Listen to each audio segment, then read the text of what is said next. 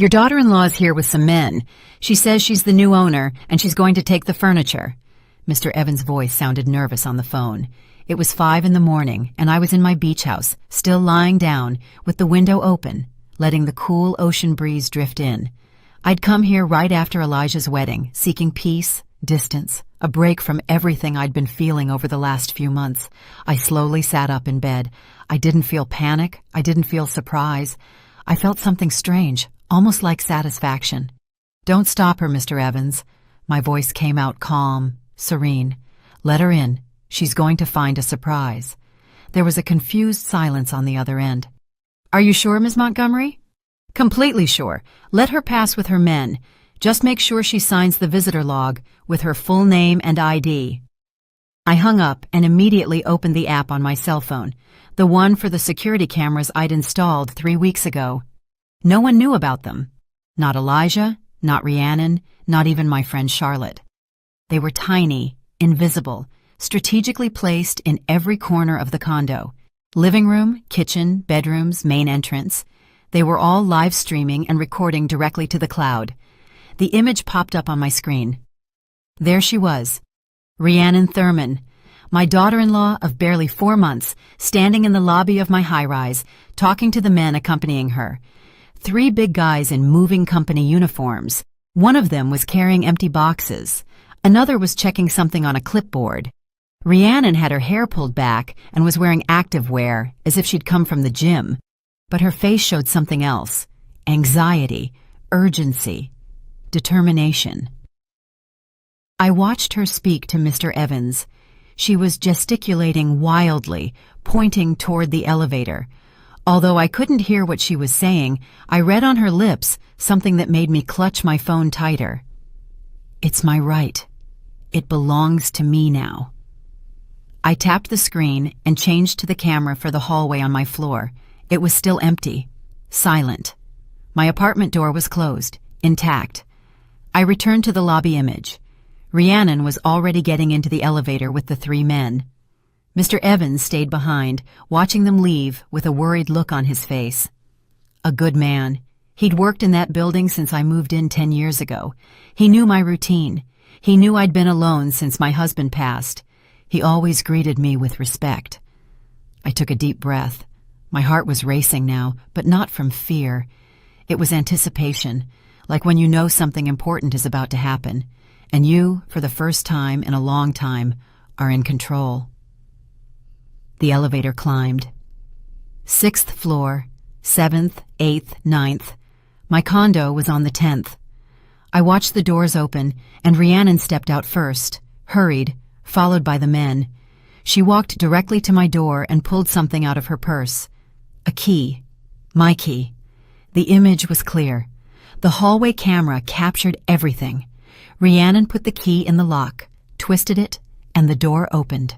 They all entered. The light inside the apartment turned on, and I switched to the interior cameras. There they were, in my living room. Rhiannon was looking around with that calculating, evaluating expression I'd seen before, as if she were appraising every object, every piece of furniture, every detail of my life. The men waited for instructions. "That couch first," I clearly heard her say. The camera audio was perfect. "And that table. Be careful with the vases. Those are expensive." One of the men looked at her strangely. "Are you sure the owner gave permission?" Rhiannon looked at him with annoyance. "I'm the owner now. My mother-in-law signed everything over to me. She's old. She can't take care of these things anymore. It's better that they're with me." I sat perfectly still, staring at the screen, listening to every word. Old can't take care of. The same phrases I'd heard from her mouth for months, but now said with such confidence, such certainty, that I wouldn't be there to contradict her. Another man asked, "What about the paperwork? We usually need to see something in writing." Rhiannon pulled a piece of paper from her purse, flashed it quickly without letting them read it well. "It's all legal right here. Now move it. We have to finish before the sun comes up." Before the sun comes up, before anyone saw, before the neighbors woke up and asked questions, before anyone called the police.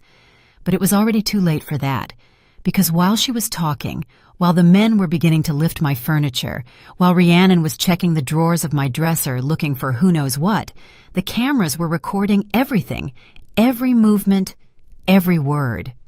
And not just that, the app had already sent an automatic alert to my attorney, Olivia Sterling, and to the nearest police precinct.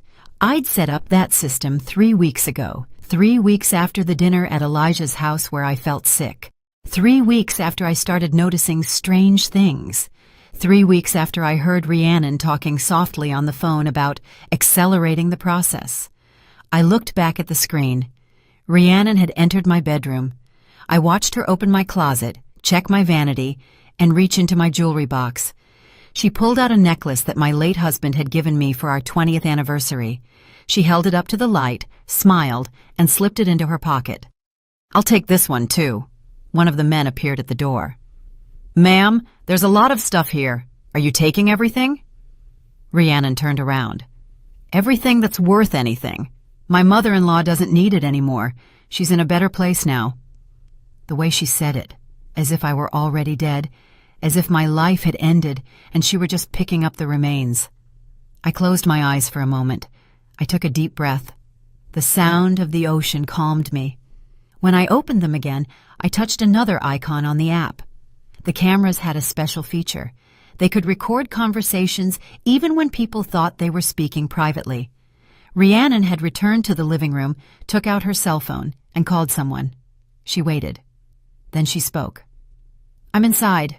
Yeah, with the key I took last week. No, she's not here. She's at the beach house, same as always. This is going to be quick." A pause. She was listening to someone on the other side. "No, the tea didn't work. Looks like she stopped drinking it. But it doesn't matter now. This is enough. Once I have everything out of here, I'll make Elijah sign the papers. He doesn't suspect a thing." Another pause, then a laugh.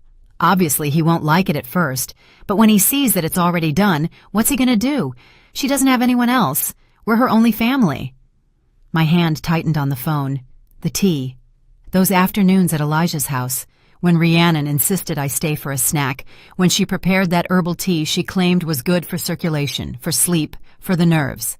That tea, after which I always felt dizzy, confused, with nausea that lasted for hours. It wasn't just my paranoia. It wasn't the imagination of an older woman. It was real. Rhiannon continued talking. "Look, with what's in here, we can sell at least $20,000 worth. And that's not counting the condo. When we sell that, that's like $200,000 more. We'll be set for years. And she won't even be able to claim anything. By the time she figures it out, everything will be in our names." She hung up and stood in the middle of my living room, looking around with that satisfied, victorious smile. I stayed seated in the bed at the beach house, phone in hand, and tears I didn't know were there, until I felt one roll down my cheek. It wasn't for the furniture. It wasn't for the money. It was for the betrayal. It was for realizing my son had married someone capable of this. It was for all those times I doubted myself, thinking I was overreacting, telling myself I was just a jealous mother-in-law, a bitter old woman who couldn't accept sharing her son. But that wasn't it. Rhiannon Thurman had planned to rob me. She had tried to poison me, and now she was in my house, in my space, touching my things, taking my life piece by piece. I looked at the time, 5:25 in the morning. The police must have already received the alert. Olivia had too. At any moment things were going to change, but before that happened, I needed to understand how I had reached this point.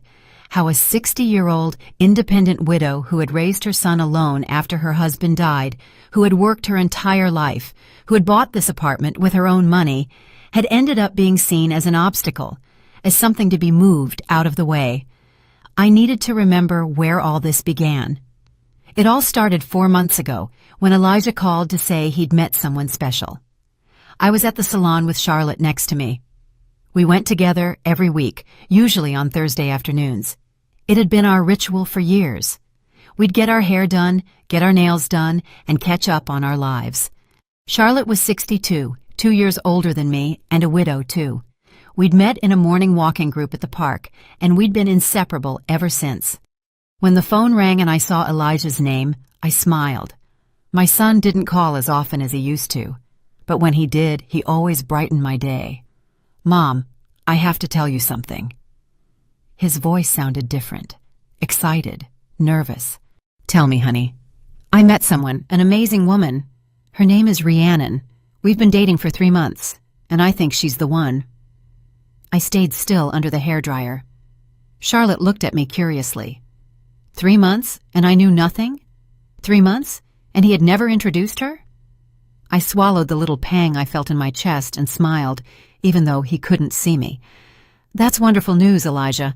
I'm so happy for you." "I want you to meet her. How about you both come over for dinner at my place on Saturday? You and your friend Charlotte, if she wants to come." I accepted. Of course I accepted. He was my son, my only son, the man I had raised alone after his father died of a heart attack when Elijah was barely 17. 13 years had passed since then. 13 years in which my life had revolved around making sure he was okay, that he finished college, that he got a good job, that he was happy. Saturday arrived, and I went to his condo with a bottle of wine and a dessert I'd bought at Elijah's favorite gourmet bakery. Charlotte came with me. She always said I needed witnesses for the important moments in my life. Rhiannon opened the door. She was younger than I expected. 32, I would learn later, almost 15 years younger than Elijah. Tall, thin, with long, dark hair, perfect makeup, and expensive clothes. She smiled widely when she saw us. "Ms. Montgomery, it's wonderful to finally meet you. Elijah talks about you all the time." She hugged me. It was a long, tight hug, as if we were old friends. She smelled of a sweet, strong perfume. We went inside. Elijah's condo looked different, more decorated. There were new throw pillows on the couch, framed pictures on the walls, and scented candles burning. The table was set with cloth napkins and tablecloths I didn't recognize. "Rhiannon has great taste in decorating," Elijah said, appearing from the kitchen, smiling proudly. We ate dinner. Rhiannon had cooked meatloaf, a salad, and baked potatoes. Everything was well presented, though a little bland for my taste, but I ate and smiled and said it was delicious because I saw how Elijah looked at her, waiting for my approval.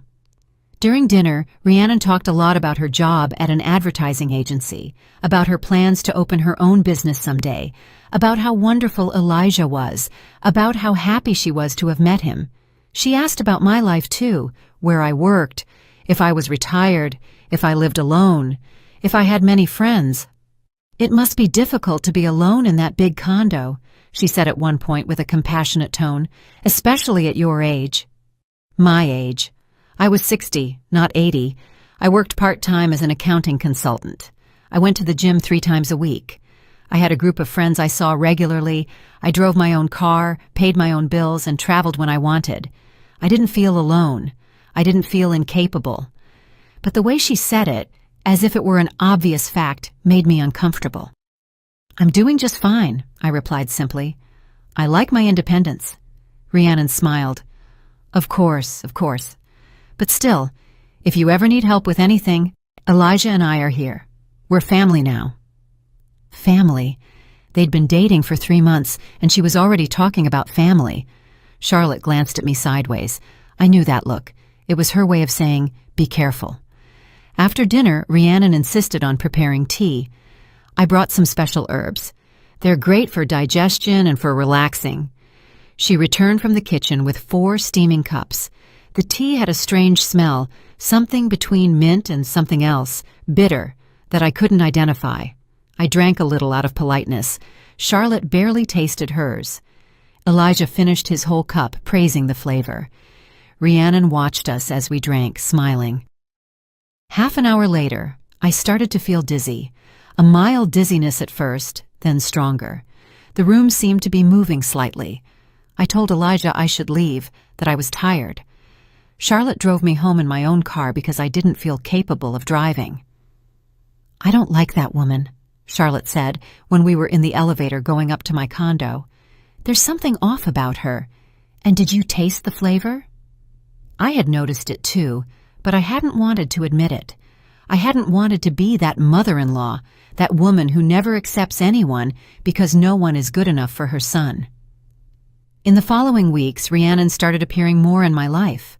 Calls to invite me out for coffee, WhatsApp messages asking how I was doing, surprise visits to the condo with Elijah. Always kind, always smiling, always with that tone of concern that seemed genuine but made me feel observed. "Are you eating well, Miss Montgomery? You look a little thin. Are you sleeping enough? You have dark circles. Isn't it too much for you to live alone on a 10th floor? What if something happens to you and no one finds out?" Each comment was like a drop of water. One alone means nothing. But when they accumulate, they start to bore a hole. Elijah changed too. He started repeating Rhiannon's phrases. "Mom, are you sure you're okay? Rhiannon says you look tired." "Mom, wouldn't it be easier if you lived in a smaller place?" "Mom, you should think about the future, about what will happen when you can't take care of yourself anymore." I was 60 years old. I worked. I went out. I traveled. But suddenly, they were making me feel as if I were on the verge of incapacitation. 1 month later, Elijah called me with more news. They were getting married in 3 months. Rhiannon had already planned everything. A small, intimate wedding, just close family, and a few friends. I, of course, was expected to pay for part of the expenses. I was the groom's mother. It was my responsibility. I contributed $5,000, money I had saved for years, money I had set aside for emergencies or a special trip. But it was my son's wedding. How could I refuse? The wedding was beautiful. Rhiannon wore a stunning white dress that, according to Elijah, cost $3,000. There were flowers everywhere, live music, expensive food, everything very elegant. I smiled in the photos. I hugged my son. I welcomed Rhiannon into the family. But during the reception, I heard something that chilled me to the bone.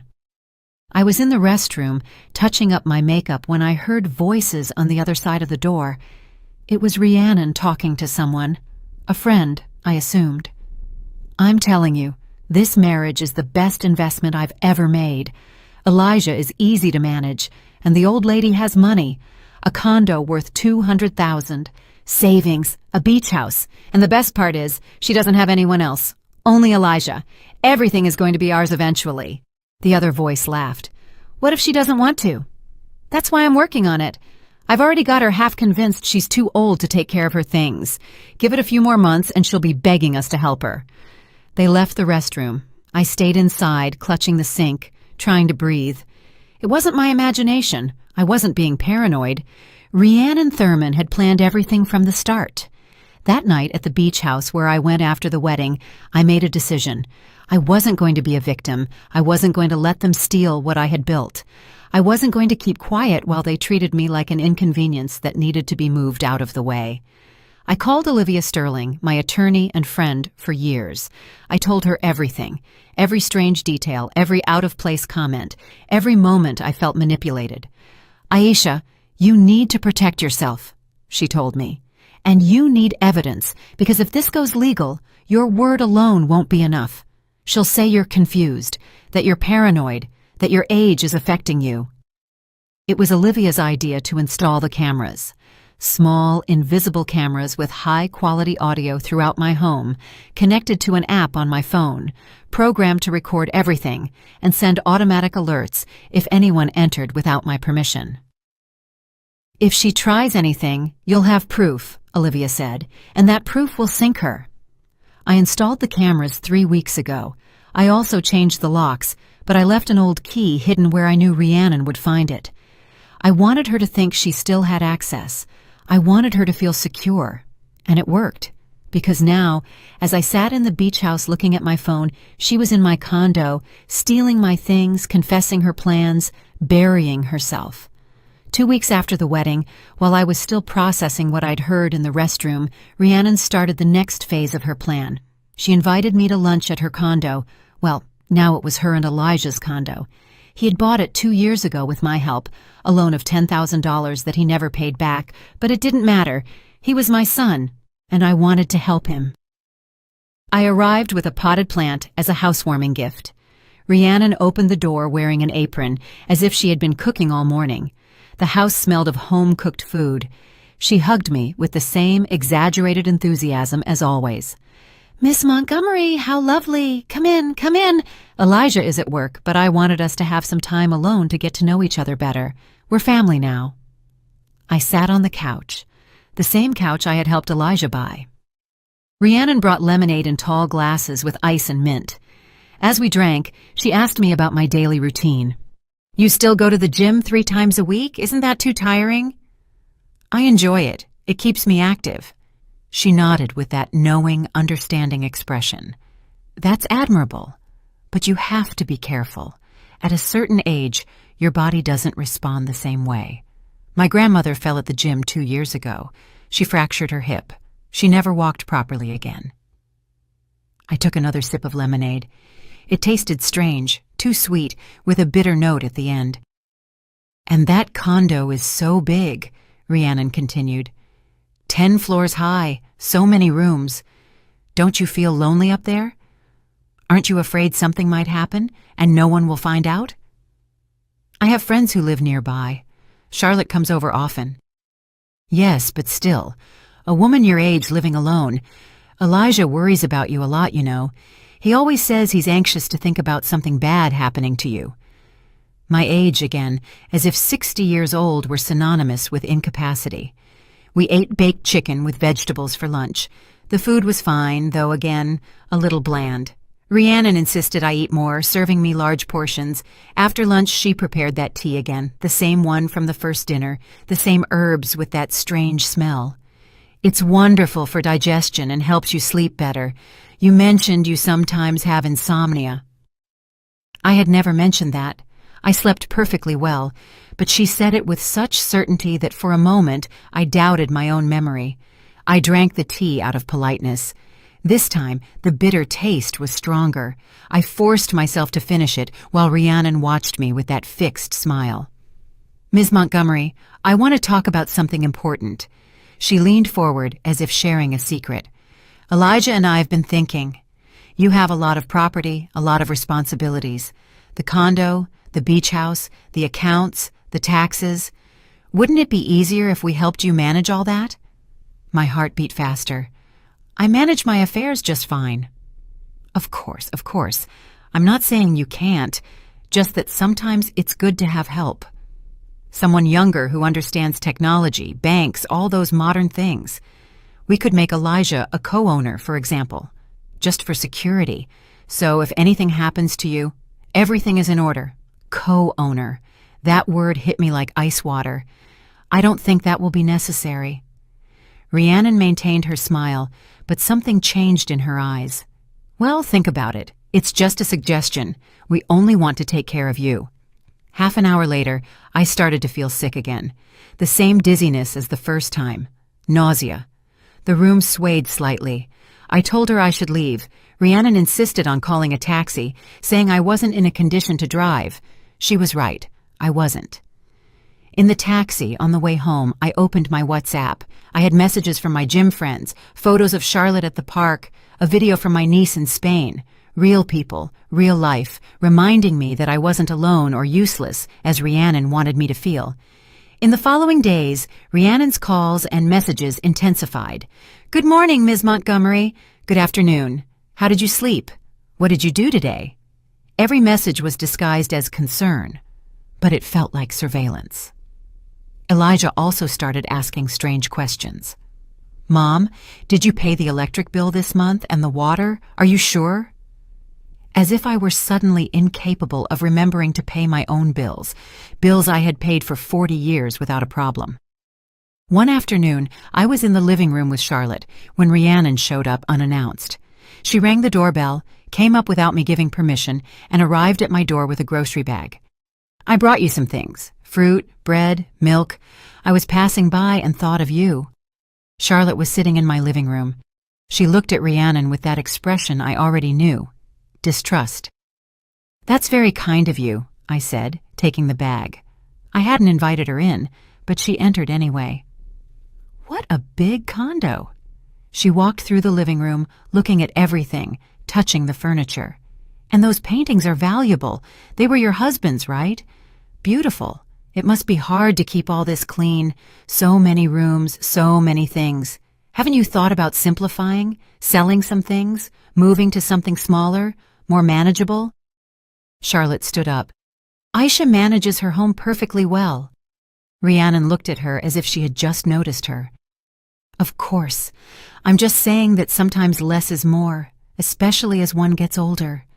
Getting older, as if I were on the verge of senility. After she left, Charlotte exploded. That woman is a viper. Don't you see what she's doing? She's wearing you down little by little, making you doubt yourself, preparing the ground for something. I know, I finally admitted. I heard something at the wedding. She married Elijah for the money, for my property. Charlotte was silent for a moment. So what are you going to do? I don't know yet, but I need to be smart. If I confront her now, she'll deny everything. She'll say I'm paranoid, that my age is getting to me, and Elijah will believe her. She has him that controlled? I nodded. Ever since they got married, Elijah is a different person. He repeats everything she says. He looks at me differently, as if I were a burden. The next day, Rhiannon sent another message. We need to talk about something important. Can you come to dinner tonight? I went against my better judgment.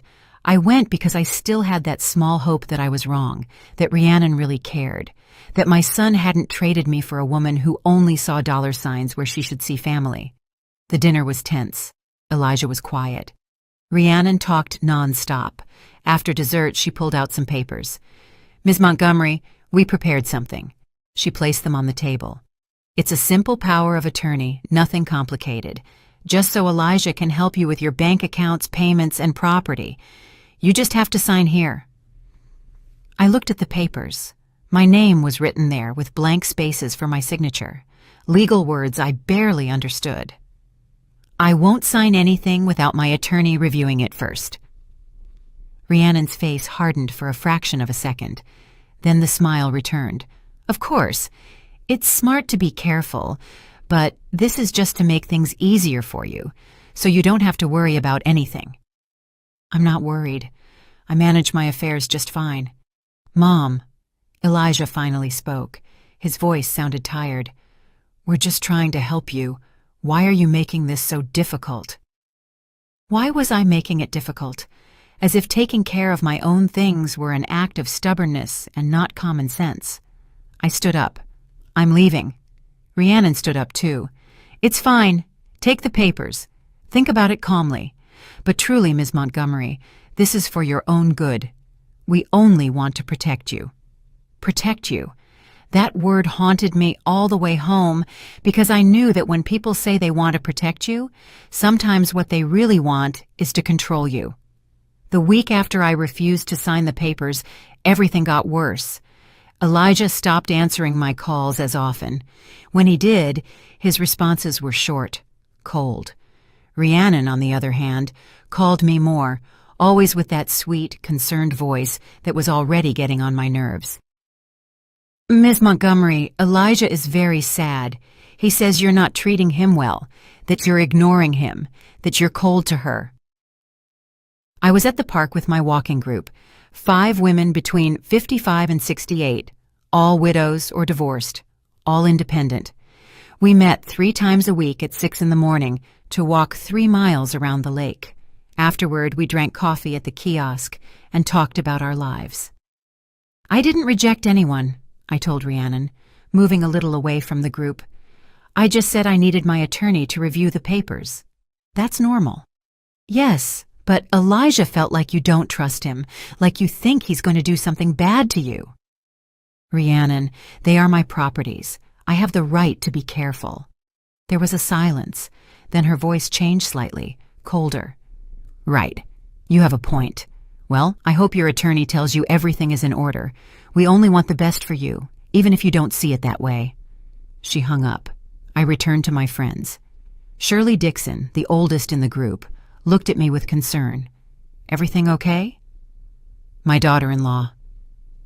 Shirley knew the story. They all knew it. I had told them everything. That woman needs clear boundaries set for her. I know, but it's difficult. Elijah is completely on her side. Tasha Price, who was 61 and had been a nurse for 30 years, leaned closer. "Aisha, are you still feeling dizzy after visiting them?" "Yes, every time I drink that tea she makes."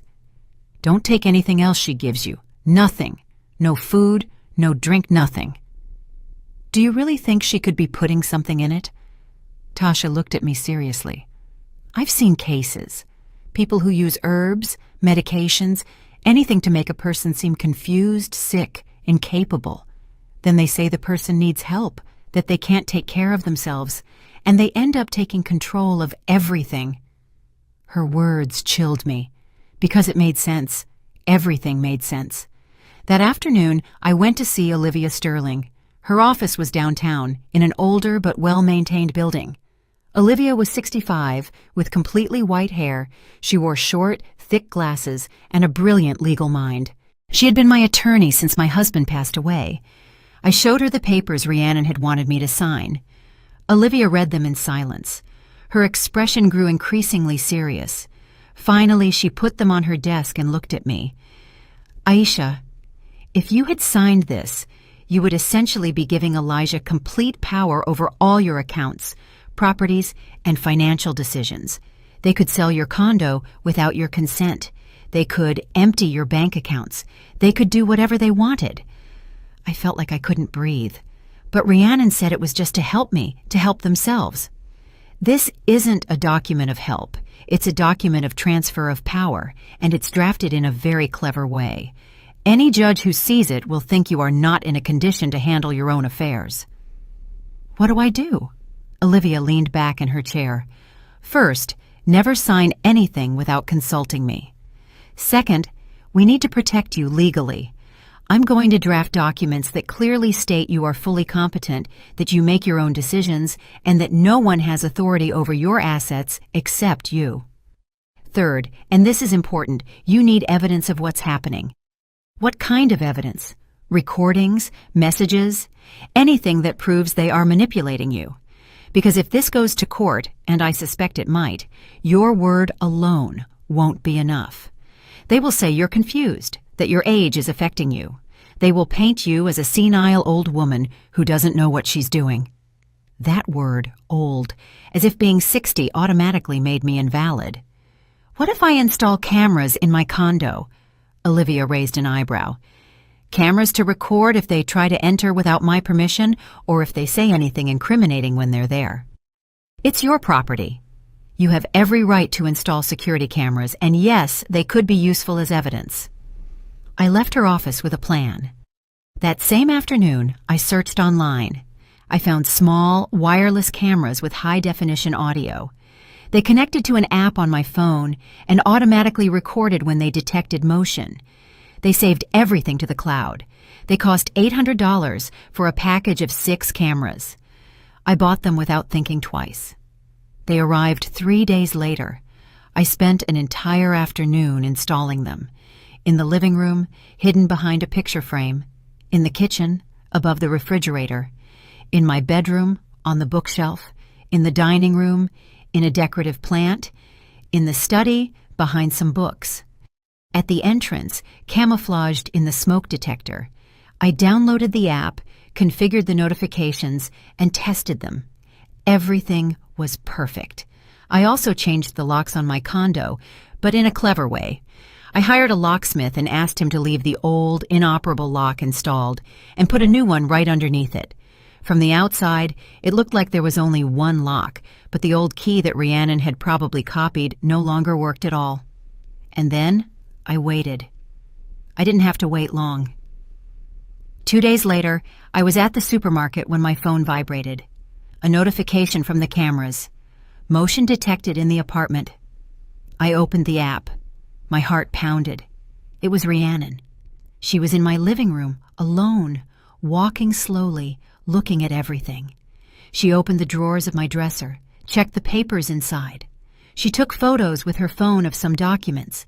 Then she went to my bedroom, opened my closet, checked my jewelry box, took a ring my husband had given me, and put it in her purse. She stayed in my condo for almost 20 minutes, checking, photographing, touching my things as if they were already hers. When she left, I sat down in the middle of the supermarket aisle, my shopping cart forgotten beside me, looking at my phone. My hands were shaking. It wasn't paranoia. It was real. Rhiannon was planning to rob me. That night, Elijah called me. "Mom, Rhiannon told me you're not treating her well, that you're ignoring her, that you're cold to her." "Elijah, how did Rhiannon get into my condo today?" Silence. "What?" "She was in my condo this afternoon. Did you give her a key?" She said she needed to pick up something you had lent her." "I didn't lend her anything, and she was going through my drawers, my documents, my personal things. Does that seem normal to you?" "Mom, don't start with your theories. Rhiannon wants to help you, and you just push her away. You're being paranoid." Paranoid. That word again. "Elijah, I have cameras. I recorded her going through my things, taking pictures of my documents, stealing a ring." Another, longer silence. "Cameras? Since when do you have cameras?" "Since I started suspecting that something wasn't right." "This is ridiculous. You're spying on your own family. Mom, I think you need help. Professional help. Maybe talk to a doctor about this." A doctor. They wanted to declare me incapable, mentally ill, convenient. "I don't need a doctor, Elijah. I need you to understand that your wife is not who she says she is." "I'm not going to listen to this. Rhiannon is my wife, and if you can't accept her, then maybe we need to take some distance." He hung up. I stood there with the phone in my hand, in my empty condo, feeling everything crumble. My only son had just chosen a woman he'd known for months over the mother who had raised him alone for 13 years. But I wasn't going to give up. I called Olivia, told her everything, and sent her the camera videos. "This is perfect," she said. "We have evidence of trespassing, and if she stole something, it's also theft. Aisha, you've got her." And now what? Now we wait. Let her think she's in control. Let her keep moving. The more she does, the more evidence we have. It was the hardest advice to follow, because every fiber of my being wanted to confront her, scream at her, show her that I knew, but I kept quiet and waited.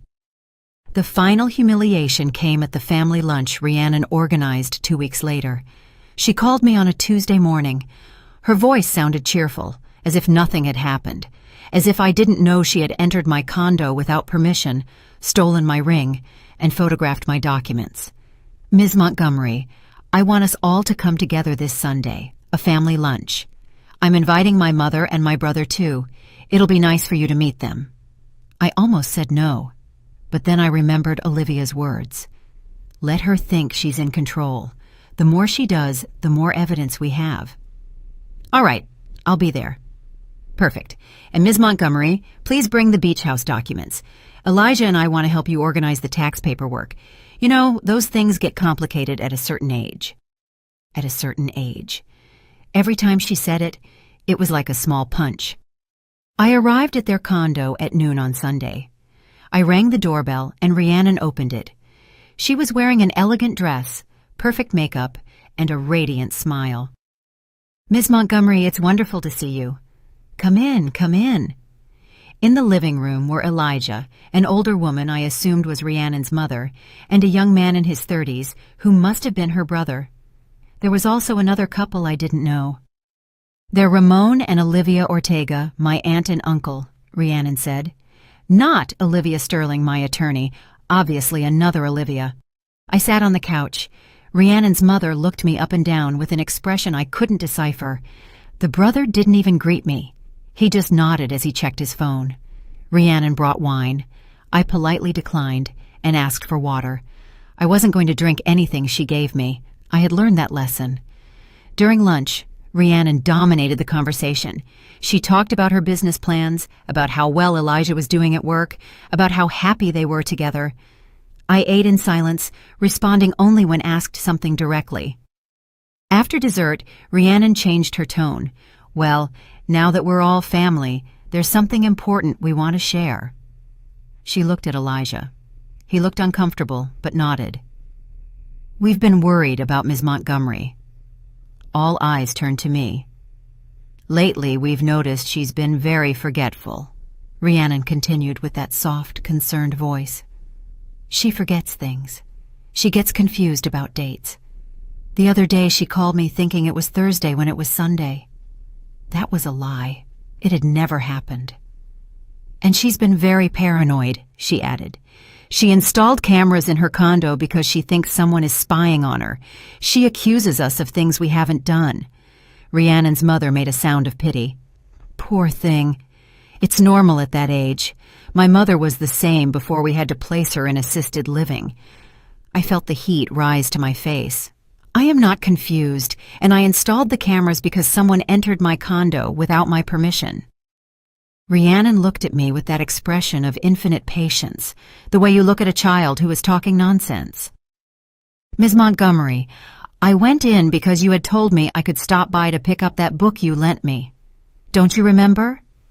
I never lent you a book, Rhiannon. Rhiannon looked at the others. This is what I'm talking about.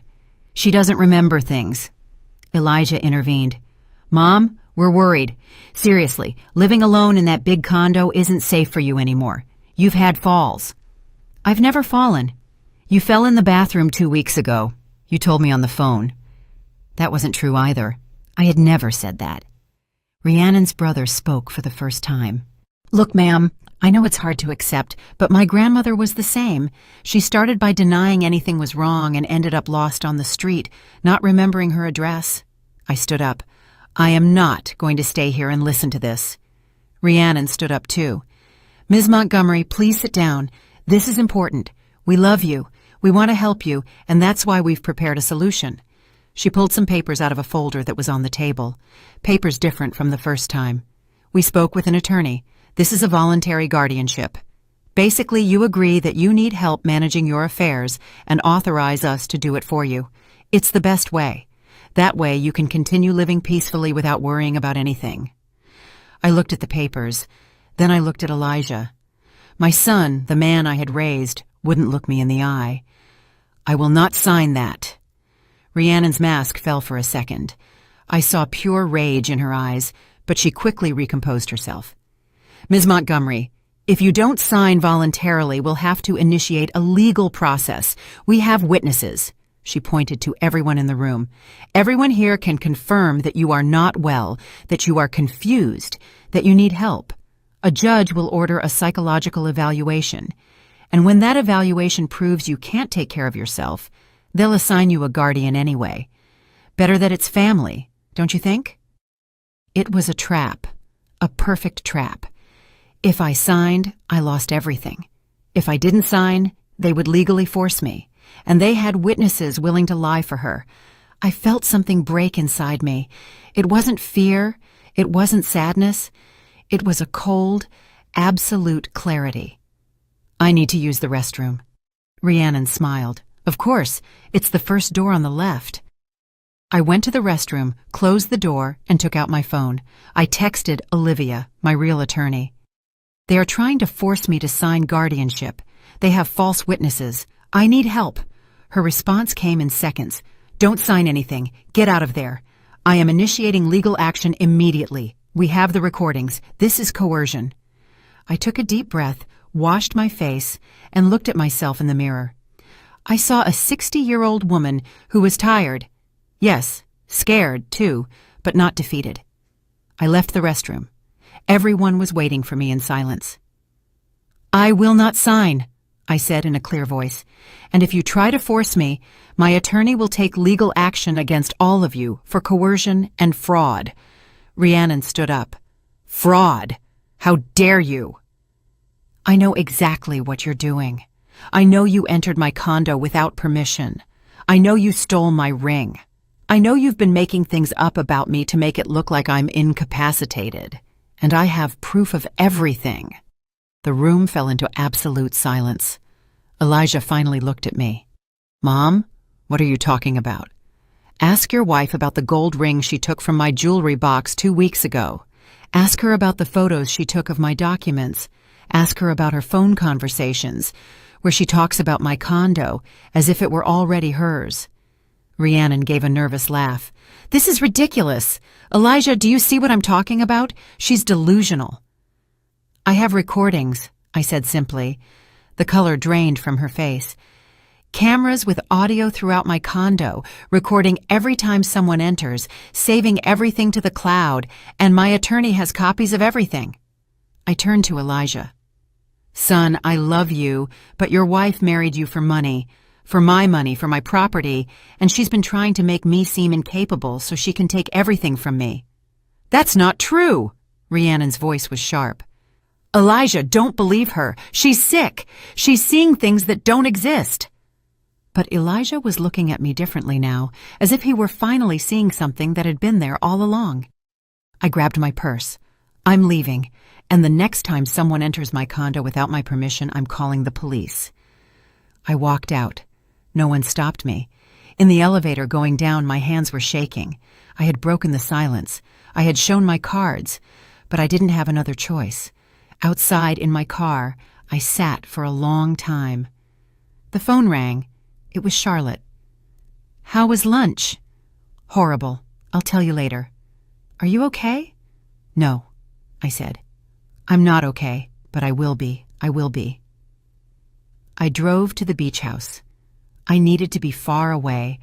I needed to think. I needed to prepare for what was coming, because now Rhiannon knew that I knew, and desperate people do desperate things. That same night from the beach house, I called Olivia. I need legal protection now. We met the next day. She came all the way to the coast with a folder full of documents. We sat on the deck with the sound of the waves in the background while she explained every step we were going to take.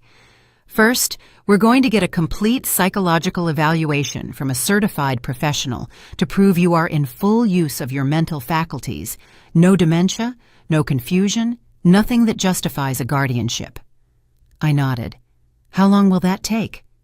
A week, maybe 2?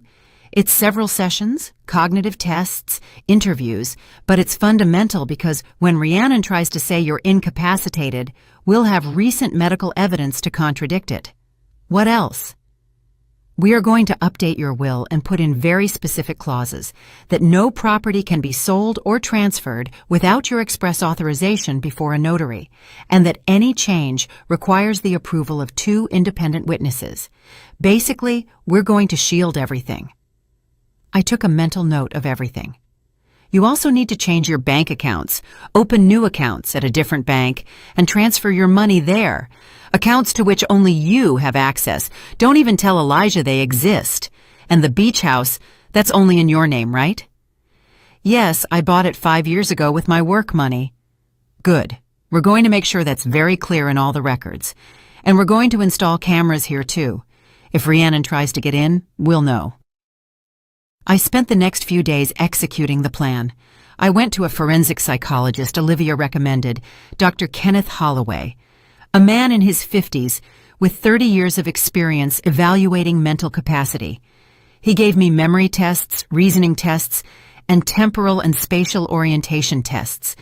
He asked me about my life, my routines, my financial decisions. It was exhausting, but when we finished, he gave me his verdict. Ms. Montgomery, you are perfectly competent. There are no signs of cognitive decline, no confusion, nothing that justifies someone else making decisions for you. I will write a full report, and if necessary, I will testify before a judge. I left his office with a feeling of relief mixed with anger. Relief because I had confirmation. Anger because I needed that confirmation in the first place, because my own family had made me doubt my sanity. I opened new bank accounts at a different bank in another part of the city and transferred my savings, $3,000 that I had accumulated over the years, money that represented my security, my independence, my future. I updated my will. The new clauses were clear.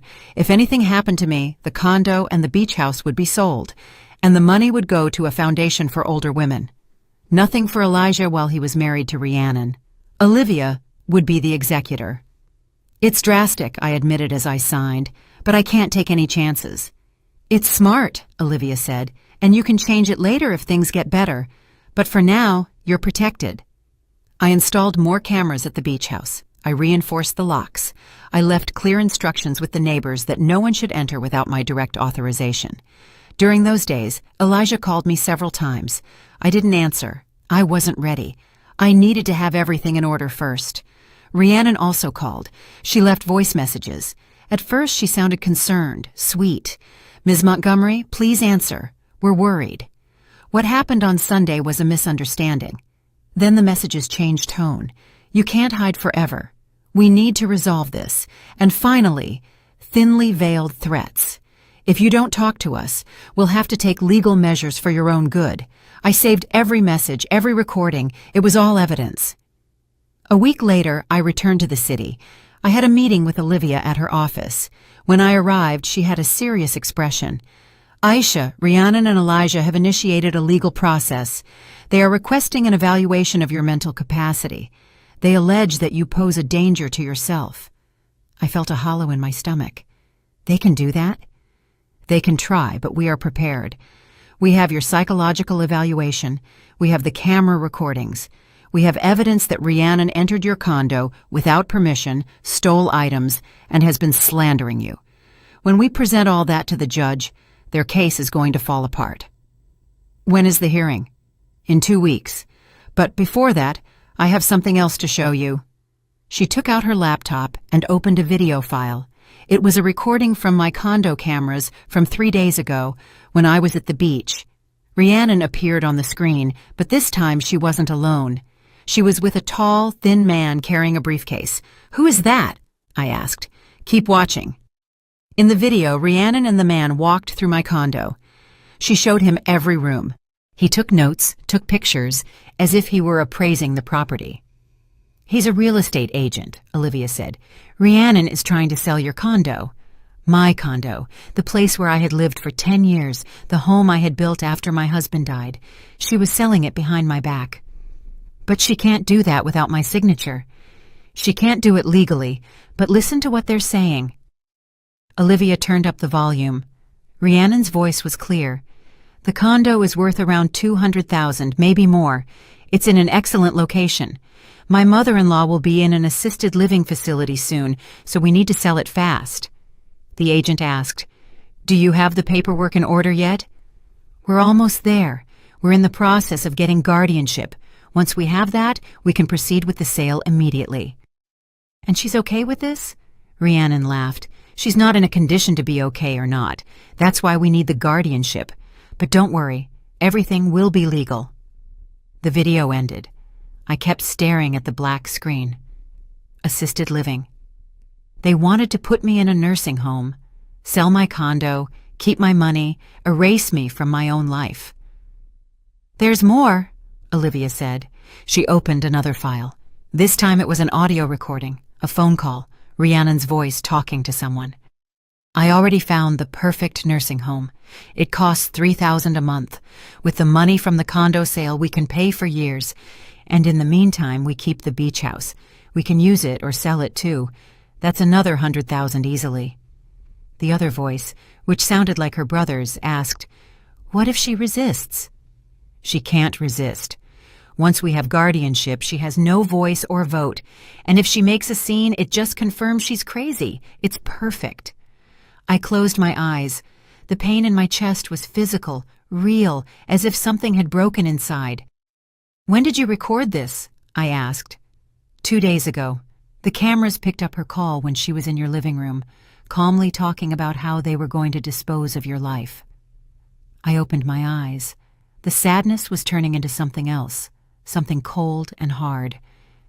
"What else did the cameras capture?" Olivia looked at me seriously. "There's something else, and it's serious." She opened a third video, dated 1 week ago. Rhiannon was in my kitchen, alone. She opened the cabinet where I kept the spices. She took a small vial out of her purse, emptied it into my sugar container, then mixed it with a spoon, put the empty vial back in her purse, and left. "What was that?" My voice sounded strange, distant. "We don't know, but we need to find out. Do you still have that sugar?" "I haven't been in the condo for a week." "Good. We're going now. We're going to take a sample and have it analyzed in a lab." We went immediately. We entered my condo with gloves. Olivia took out a sealed bag. She opened the sugar container, took a sample with a clean spoon, and sealed it. "I'll take this to a private lab. We'll know what it is in 48 hours. Those 48 hours were the longest of my life. I couldn't sleep. I couldn't eat. I only thought about that vial, about Rhiannon mixing something into my sugar, about all the times I had had coffee with sugar in the last few weeks, about the dizziness, the confusion. When Olivia called with the results, I already knew they would be bad. It was a sedative, high-dose benzodiazepines, enough to cause disorientation, dizziness, and memory problems. If you had kept consuming it, it would have eventually caused symptoms that would look like dementia. I sat down slowly. She was poisoning me. Yes, and we have the video evidence. Aisha, this is no longer just financial manipulation. This is attempted physical harm. This is criminal. 2 days after discovering the poison, I was at the beach house when the alarm sounded. 5 in the morning. My phone vibrated against the table. "Mr. Evans, your daughter-in-law is here with some men. She says she's the new owner and she's going to take the furniture." I opened the camera app. There she was, Rhiannon Thurman, standing in the lobby of my building with 3 large men, moving company uniforms, and a truck parked outside. "Don't stop her, Mr. Evans. Let her in. She's going to find a surprise." I hung up and immediately called Olivia. She answered on the second ring, her voice alert. "Aisha, what happened?" "Rhiannon is at my building. She's coming to take my furniture with men and a truck." "Perfect. Don't do anything. The cameras are recording everything. I'm calling the police right now. Give them your condo address. Trespassing in progress. And if they take anything before they get there, even better charges. Just stay calm. This is exactly what we needed." She hung up. I sat in bed, my heart pounding, looking at my phone screen. I watched Rhiannon talk to Mr. Evans, how he, following my instructions, asked her to sign the log with her full name and ID, how she did it without hesitation, convinced she had every right. I saw them enter the elevator, go up floor by floor, reach the 10th, walk down the hall to my door. Rhiannon took a key from her purse, the old key that no longer worked. She put it in the lock, twisted it. It didn't work. She tried again. Nothing. I saw her curse. One of the men asked something. She checked her purse. She took out another key, probably a copy she had made. It didn't work either. "Wait here," she told the men. She took out her phone and called someone. By the movement of her lips, I could read Elijah's name. She waited. The call went to voicemail. She called again. Same thing. I watched her take a deep breath, put the phone away, and look at the door with determination. Then she bent down and pulled something else out of her purse, a thin card. She tried to force the lock. "This is illegal," one of the men said. "Ma'am, if you don't have a key, we can't go in." "I have the right to enter. This is my property now. My mother-in-law signed it over to me. I have the papers to prove it." Rhiannon pulled a crumpled paper from her purse. She showed it quickly. "Here it is, power of attorney, all legal." The man looked at it more closely. "This isn't signed by the owner." "Yes, it is. Her signature is right there." "Ma'am, I've worked in moving for 15 years. I know how to spot fake signatures. This isn't real." Rhiannon put the paper away abruptly. "Look, I'll pay you double if you help me get in. I just need to get some things out quickly." The men looked at each other. One of them shook his head. "No, this isn't right. We're leaving." He walked toward the elevator. Rhiannon and the 2 remaining men began to force the door. One of them took out a tool. He started working on the lock. My phone vibrated. A message from Olivia. "Police on the way. ETA 5 minutes. 5 minutes." In 5 minutes, everything would change. The door gave way. It opened. Rhiannon entered first, turned on the lights, and the 2 men followed her. "That couch first," Rhiannon ordered, pointing to my leather sofa that I had bought 3 years ago. "And that table, those vases, everything that's worth something." The men started working. They lifted the couch and moved it toward the door. The cameras captured every movement from 3 different angles. Rhiannon went to my bedroom. I watched her open my closet, check my jewelry box again. She took out more things. Necklaces, bracelets, earrings, all gifts from my late husband, all of sentimental more than monetary value, but to her, they were just objects to sell. She returned to the living room, took out her phone, and made another call. "Yes, I'm inside now. I had to force the door, but it's done. We're taking things out now." A pause. She was listening to someone. "No, she's not here. She's at the beach house. By the time she finds out, we'll have everything sold." Another pause, then a laugh. "I told you this was going to work. The old lady is too dumb to protect herself well." The dumb old lady continued speaking. "With what's here, we can easily get 20,000, and that's not counting what comes next. Once the judge approves the guardianship, we'll have access to everything. The condo, the beach house, the bank accounts, everything." The person on the other end said something. Rhiannon laughed again. "What is she going to do? Call the police? She has no proof of anything, and if she does, it will only confirm she's crazy. Paranoid, exactly what we need for the incapacity case." A long pause. Then her voice changed. It became colder. "Look, I already tried the tea, but she stopped drinking it. And then I tried the sugar. I put enough sedative in there to keep her confused for weeks. But that didn't work either because she practically hasn't been in the condo. So we have to do this by force. Take what we can now and then fight for the rest." My hand clenched the phone. She was confessing everything. Poisoning, theft, conspiracy, and the cameras were recording every word. One of the men appeared at the entrance. "Ma'am, this is taking too long. Someone might call the police." "Relax. No one is going to call. Just get the rest out and we'll leave." But then I heard something else. Sirens, distant at first, then closer. The cameras didn't have external audio, but I could see Rhiannon tense up, go to the window, look down, and her face went pale. "No, no, no!" She ran toward the men. "Leave everything! Let's go now!"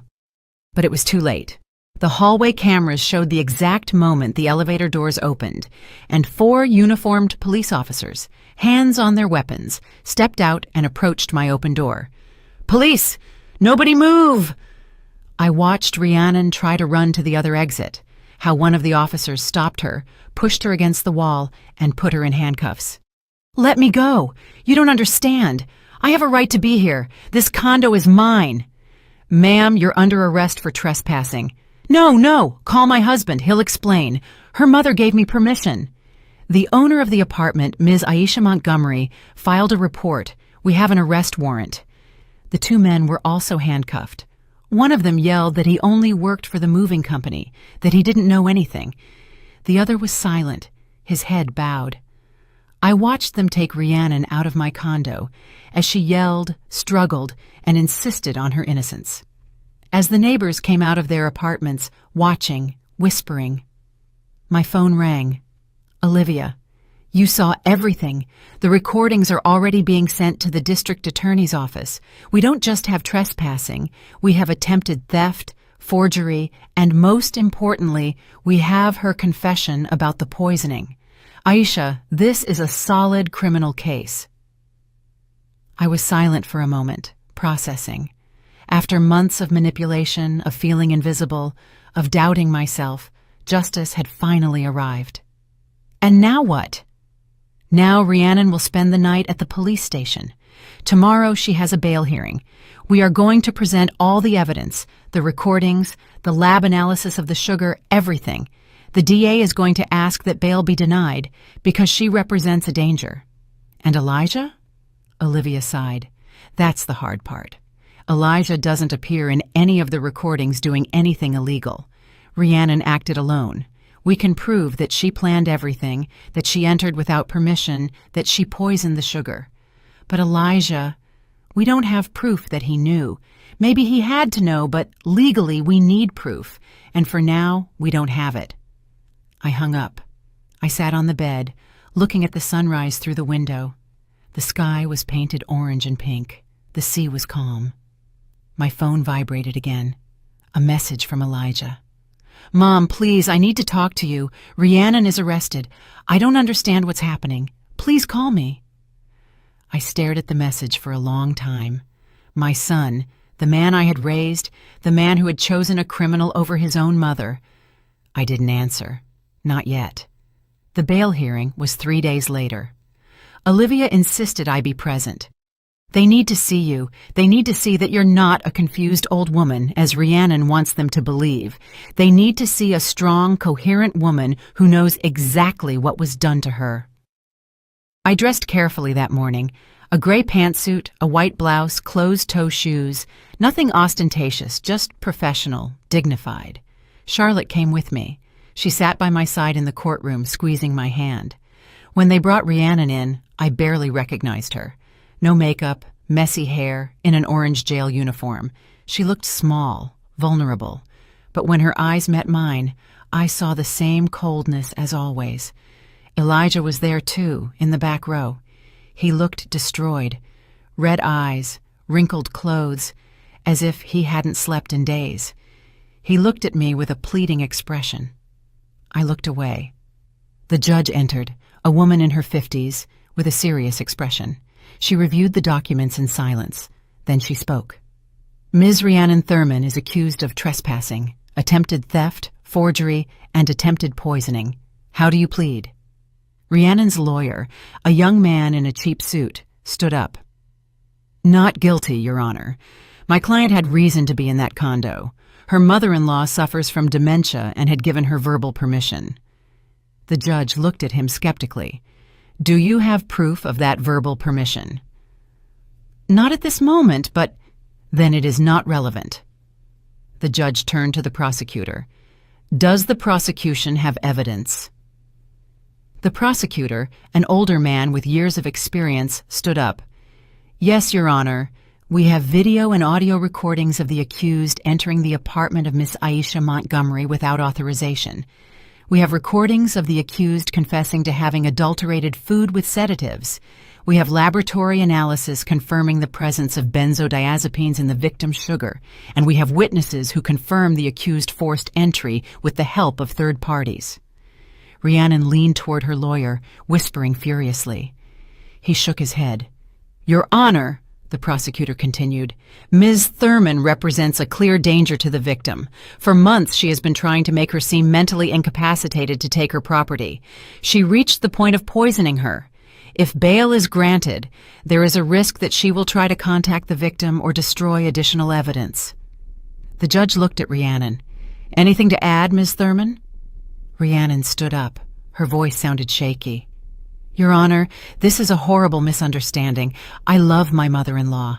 Everything I did was to help her. She's confused. She doesn't understand what she's saying. The recordings are quite clear, the judge said dryly. Those recordings are taken out of context. I was joking on the phone. I never poisoned anything. The lab is wrong. The judge reviewed more papers. It says here that you also initiated a legal process to obtain guardianship over Ms. Montgomery, alleging mental incapacity. Is that correct? Yes, because I was worried about her, because I love her. But Ms. Montgomery voluntarily underwent a full psychological evaluation with Dr. Kenneth Holloway, who determined she is in full use of her mental faculties, with no signs of dementia, no signs of confusion. How do you explain that? Rhiannon stammered. The doctor must be wrong, or she misled him. My mother-in-law is very manipulative when she wants to be. Hearing that, after everything, calling me manipulative, when she was the one who had planned to rob me, poison me, and lock me away in a nursing home. The judge closed the folder. I have heard enough. Bail is denied. Ms. Thurman will remain detained pending trial. Given the circumstances and the severity of the charges, especially the attempted poisoning, I consider that she represents a danger to the victim and to society. Rhiannon screamed, No! This isn't fair! Elijah, do something! Elijah stood up. Your Honor, please, my wife wouldn't do this. There has to be a mistake. The judge looked at him. You are the victim's son. Yes. Were you aware of your wife's actions? Elijah hesitated. That hesitation condemned him. She told me my mother needed help, that she was confused. I only wanted to protect her. Protect her by forging documents and trying to steal her property?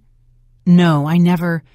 The prosecutor will determine your level of participation in this. For now, I suggest you hire a good attorney. They took Rhiannon away, screaming, crying, blaming. First, she blamed me, then Elijah, then the system. She never blamed herself. We left the courtroom. In the hallway, Elijah caught up to me. "Mom, wait, please." I stopped. I turned around. I really looked at him for the first time in weeks. "Did you know?" I asked simply. "Know what? About the poison? About the plans to sell my condo? About the nursing home? Did you know?" Elijah shook his head, but his eyes wouldn't look directly at mine. "She told me you were unwell, that you needed help. I believed her." "You believed her over me? Your wife of months over your mother who raised you alone for 13 years? I didn't know it would go this far. You have to believe me." "You didn't know, Elijah? How many times did I tell you something was wrong? How many times did I tell you I felt sick after visiting them? How many times did I try to tell you Rhiannon wasn't who she said she was? And every time you called me paranoid. You told me I was overreacting. You made me doubt my own reality." His voice cracked. "I'm sorry." "You're sorry?" The rage I had been suppressing for months finally came out. "I almost ended up in a nursing home, Elijah. Your wife poisoned me. She made me feel crazy. She planned to steal everything I own. And you helped her. Maybe not directly, but your silence, your denial, your decision to believe her and not me, that was helping her too. Mom, please, she's my wife. I have to support her." Those words landed like a final blow. Then support her. Visit her in jail. Pay for her attorney. Stay by her side while she faces criminal charges. But don't ask me to understand. Don't ask me to forgive, because I also had to make a choice, and I chose to protect myself. I chose to believe in myself when no one else would. So what? I'm not your son anymore? You will always be my son. But that doesn't mean I have to accept how you treated me. That doesn't mean everything goes back to how it was, because it can't be. Not after this. Charlotte took my arm. "Aisha, let's go." I looked at Elijah one last time. I saw the boy he had been, the young man I had raised, the man he had become, and I realized I had failed at some point, not in raising him, not in loving him, but in teaching him that love doesn't mean sacrificing your dignity, that family cannot ask you to annihilate yourself. "If you ever understand what you did," I told him, "if you ever truly grasp the damage you caused, then we can talk. But until that day, I need distance." I turned and walked away. In the car, Charlotte drove in silence for a while, then spoke.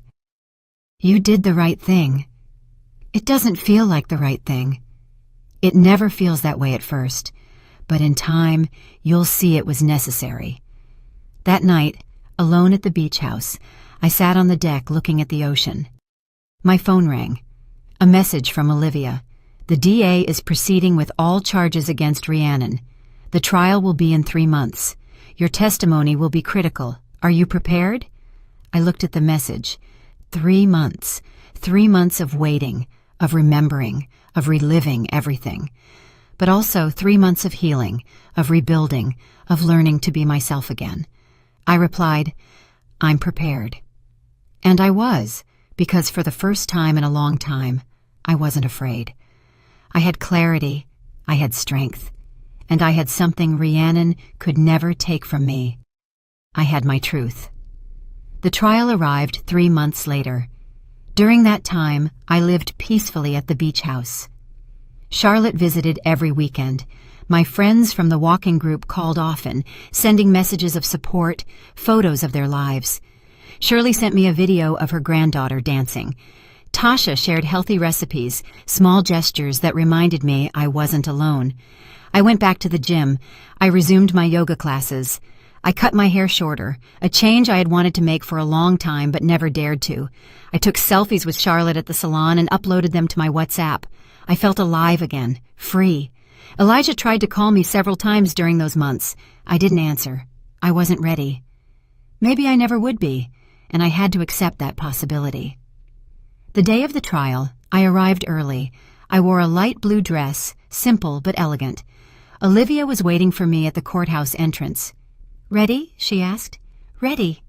The room was full. People I didn't know. reporters. Apparently, the case had drawn attention. A story about an older woman defending herself from a manipulative daughter-in-law resonated with many. Rhiannon entered with her attorney. She looked different, thinner, her hair shorter, but her eyes were still the same, cold, calculating. The trial lasted 2 weeks. Evidence upon evidence was presented. The camera recordings were played in the courtroom. I watched the jurors react when they heard Rhiannon confessing to the poisoning. I saw their faces turn to disgust when they watched her going through my drawers, stealing my things, planning my confinement. The lab analysis of the sugar was presented. The doctor who analyzed it testified that the amounts of benzodiazepines found were enough to cause severe confusion, short-term memory loss, and disorientation, symptoms that could easily be mistaken for dementia. Dr. Kenneth Holloway, the forensic psychologist, testified about my evaluation. He explained in detail that I was completely competent, with no signs of cognitive decline, that I was an intelligent and articulate woman with full control of her mental faculties. Mr. Evans, the building superintendent, testified about the morning Rhiannon arrived with the men. He confirmed that she had claimed to be the new owner, that she had tried to take my belongings. The movers who accompanied her also testified. One of them, the one who refused to participate, explained that Rhiannon had offered them $3,000 to help her force entry, that she had shown them fake documents. And finally, it was my turn. I took the stand. I swore to tell the truth. I sat in front of a room full of strangers who now knew the most intimate details of my life. The prosecutor asked me questions about my relationship with Elijah, how I met Rhiannon, the changes I noticed, the dizziness, the manipulation, the fear. I spoke in a clear, firm voice, without crying, without dramatizing, just the truth. She made me doubt myself, I said at one point. She made me feel like I was losing my mind, that my age had made me incapable. And the worst part is, I almost believed her. I almost accepted that maybe I was confused, that maybe I did need someone else to make decisions for me. But then I realized something important. What did you realize? The prosecutor asked. I realized that being 60 years old doesn't make me incompetent. That being a widow doesn't make me vulnerable. That living alone doesn't make me weak. I am a woman who worked her whole life, who raised a son alone, who bought her own property with her own money, and no one has the right to take that from me. No one has the right to make me feel less than I am. I saw several women in the audience nod. I saw tears in some eyes. Rhiannon's attorney tried to discredit me during cross-examination. He asked about my age, about whether I took medication, about whether I sometimes forgot things, but every question had a clear answer. I didn't take medication. I didn't forget things, and my age was not a disease. After 2 weeks, the jury deliberated. 3 hours later, they returned with the verdict, guilty on all counts. Rhiannon screamed. Her attorney tried to calm her, but there was nothing to be done. The evidence had been overwhelming. Sentencing came 1 week later, 5 years in prison for trespassing, theft, and forgery, and 3 additional years for attempted poisoning, 8 years in total. When the judge delivered the verdict, I felt something strange. It wasn't joy. It wasn't satisfaction. It was closure. It was confirmation that my truth mattered, that defending my dignity had been worth it. I left the courthouse with Olivia and Charlotte. Outside, there were cameras and reporters. Several asked me for statements. Olivia spoke for me, saying we were satisfied with the result, that we hoped this case would serve as an example. But one reporter came directly up to me. Ms. Montgomery, do you have anything to say to other women who might be going through similar situations? I looked into the camera. I thought of all the women who had written to me during the trial, older women who felt invisible in their own families, who doubted themselves, who accepted mistreatment because they believed it was their duty as mothers, as grandmothers. Yes, I said. If something doesn't feel right, trust your gut. No matter how old you are, no matter if people tell you you're overreacting or that you're paranoid, you know your life. You know your mind. And you have the right to protect yourself. You have the right to say no. You have the right to set boundaries, even with family, especially with family. That night, at the beach house, I sat on the deck with a glass of wine. The sea was calm. The sky was full of stars. My phone vibrated. A message from Elijah. "Mom, I saw the verdict. You're right about everything. I don't know how to ask for your forgiveness. I don't know if you ever can forgive me, but I need you to know that I regret everything. Not listening to you, choosing wrong, making you suffer. I'm filing for divorce. I don't want anything to do with someone capable of hurting you. I love you. I've always loved you, and if you ever want to talk, I'll be here." I read the message several times. I felt something soften in my chest. It wasn't forgiveness yet, but maybe with time, it could be. I didn't reply that night, but I saved the message. The following months were about rebuilding. I sold the condo in the city, too many dark memories there. I bought a smaller, more modern one, closer to the gym and my friends. A new place for a new stage. I traveled to Spain, where my niece welcomed me with open arms, and to Argentina, a place I had always wanted to see, to places I had put off for years because there was always something more important to do. I signed up for painting classes. I discovered I liked it. I wasn't good, but it didn't matter. It was mine, my time, my passion. Charlotte and I started a small business together, accounting consulting for older women who needed help with their finances. There was a real need. Many women who had never managed money, who depended on children or relatives, who felt lost. We helped them. We taught them. We gave them the tools to be independent. 1 year after the trial, Elijah and I met for coffee. It was awkward at first, but we talked, truly talked. He talked about his therapy, about how he was learning to recognize manipulation, about his divorce proceedings. I talked about my new life, my travels, my business. We didn't go back to what we were before. That relationship had died. But we were building something new, something based on mutual respect, clear boundaries, and honesty. One afternoon, 2 years after everything, I was at the salon with Charlotte. We were getting our nails done, laughing about something silly, when my phone vibrated. A message from my niece in Spain with a photo of her newborn baby. Charlotte looked at me. "Everything okay?" I smiled. "Yes, everything is okay," and it finally was, because I had learned the most important lesson of my life. Taking care of others is beautiful. But taking care of yourself is not selfishness. It's survival. It's dignity. It's self-love. For so many years, I had taken care of everyone. My husband when he was sick, Elijah as he grew up, whoever needed me. But finally, after 62 years of life, I was the one who decided whom to care for. And I chose myself. And that choice saved my life. Did you like my story, and which city are you listening from? Let's meet in the comments. If you like the story, you can support me by sending a super thanks so I can keep bringing more stories like this. Thank you so much for your sweet support. I'm looking forward to your comments on the story. On the screen, you can see 2 new life stories that I highly recommend. There's so much more on my channel. Don't forget to subscribe. See you in the next life story. With love and respect.